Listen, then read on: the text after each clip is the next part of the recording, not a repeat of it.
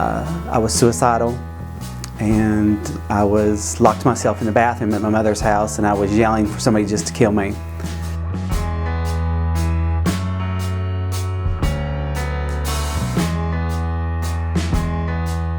I had an incident with a family member. It got physical, and when that happened, I kind of had a panic attack and decided that day, that morning, that I was going to have to do something about it on my own. The first go around, I was taken involuntarily by the police. I was suicidal, and I was locked myself in the bathroom at my mother's house, and I was yelling for somebody just to kill me. And my sister called the police. So they took me for a TDO, temporary detainment order, and they took me to Radford, to St. Albans. And I was there for 72 hours. And they have what they call an in-house hearing. And they decided they were going to let me go, but they wanted me to come to community services. That was the first time. The second incident, I decided on my own to take myself. And I called my sister. She works at the local hospital. And she called the Pavilion in West Virginia and to see if they could have had a place for me. And they did. And I went that afternoon, and I was there just shy of a week.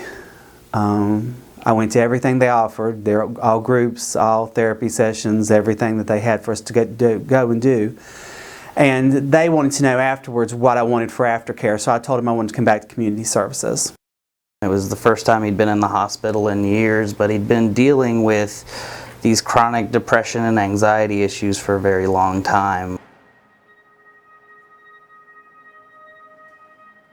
I'd say he was still very much struggling. A lot of the things he was struggling with had to do with the environment he was living in and some family dynamics.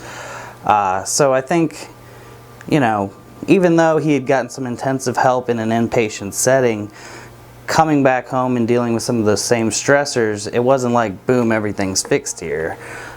So we really kind of had to start from the ground up as far as seeing how he could manage those relationships a little better and find ways to stay positive. I mean, the very first step is let's, not get back into crisis mode and get to a point where we can work on some of these things.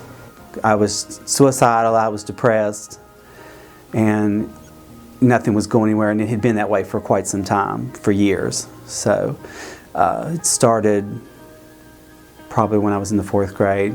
I'm gay. I didn't know at the time I was gay. I knew I was different, but I didn't associate it with being gay. And I started having trouble in school with other kids, mainly boys.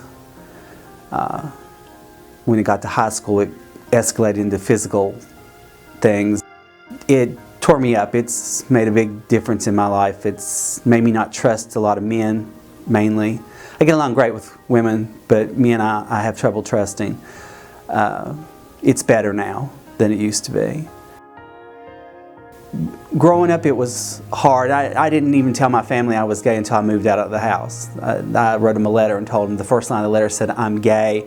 And they wrote me a letter. I wrote a 7-page letter. They wrote me an equal amount of pages back, and the first line of their letter said, we knew. In my case, I was afraid to tell them because home was the only safe place I had. So I thought if they were going to have a problem with this, then I'm going to lose the only safe place I have. So I kept it to myself. Part of my problem was with dealing with the public. I haven't worked in a long time because of that. I had trouble at jobs with other employees. I had trouble with customers. I've walked into Walmart and had people call me names.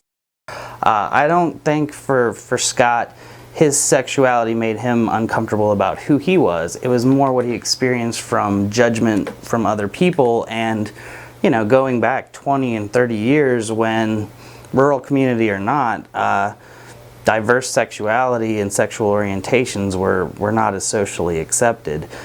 I had come to the realization that I was depressed. I knew I was depressed. But I had a lot of coping mechanisms. So I was using those coping mechanisms to pacify the depression. Well, I mean, like I said, for him there was some situational issues. So for the depression related to some of those family dynamics, understanding that he only controlled one side of those relationships and focusing on what he could control.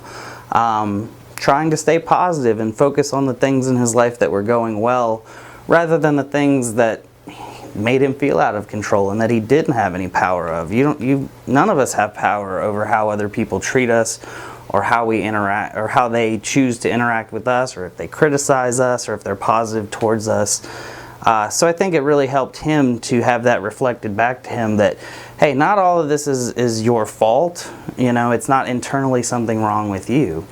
As far as the anxiety component, in his case, there were some specific things as far as, first of all, being aware of what some of the compulsive behaviors were, the obsessive thought patterns of, I need to do this thing to feel all right, I need to count these things to feel all right, I need to have this very structured routine, and just generally kind of chipping away at being more flexible at those things. And I think for him, realistically, once the relationship patterns got better and he felt less pressure to be perfect in that way, some of the obsessive compulsive stuff started to kind of naturally subside because he felt more relaxed at home and in his day-to-day life.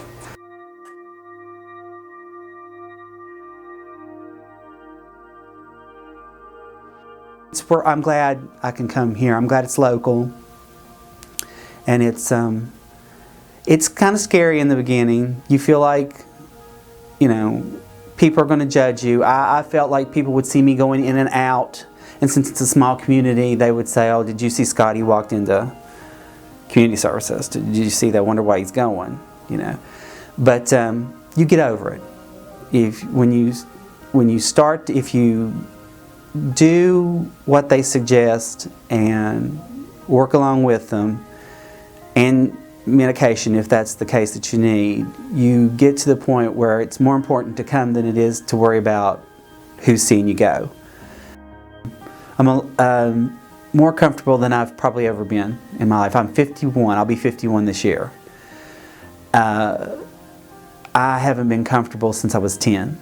10's when everything started happening to me. So I went a long time like this.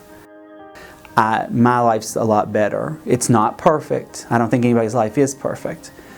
But it's so much better. The elevated level is so much better than it was that it's hard for me to look back now on it, how it was, and say how depressed and suicidal I was. I just didn't want to be anymore.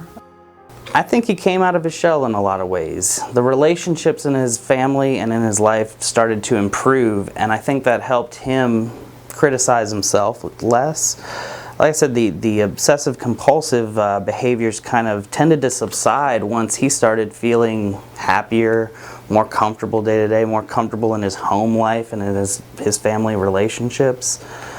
He just generally had a more positive outlook on life. He didn't feel so trapped and controlled by his symptoms, and started to feel like, I have a little bit of control over this.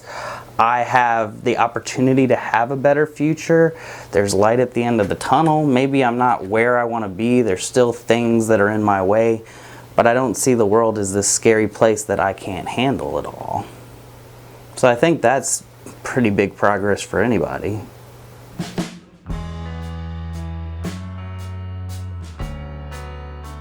If you ask my family members now, they'll tell you I've had a 150% turnaround. That's how big a difference it is. I'm still not working, but I'm still working on myself. But coming to community services, it really did help me. I liked my counselor, I liked the people, and I got on medication, which I'm still on. I'm on Prozac and Abilify, so that helps. And I told you I'm a talker. Perfect. That's what we want. I like to talk.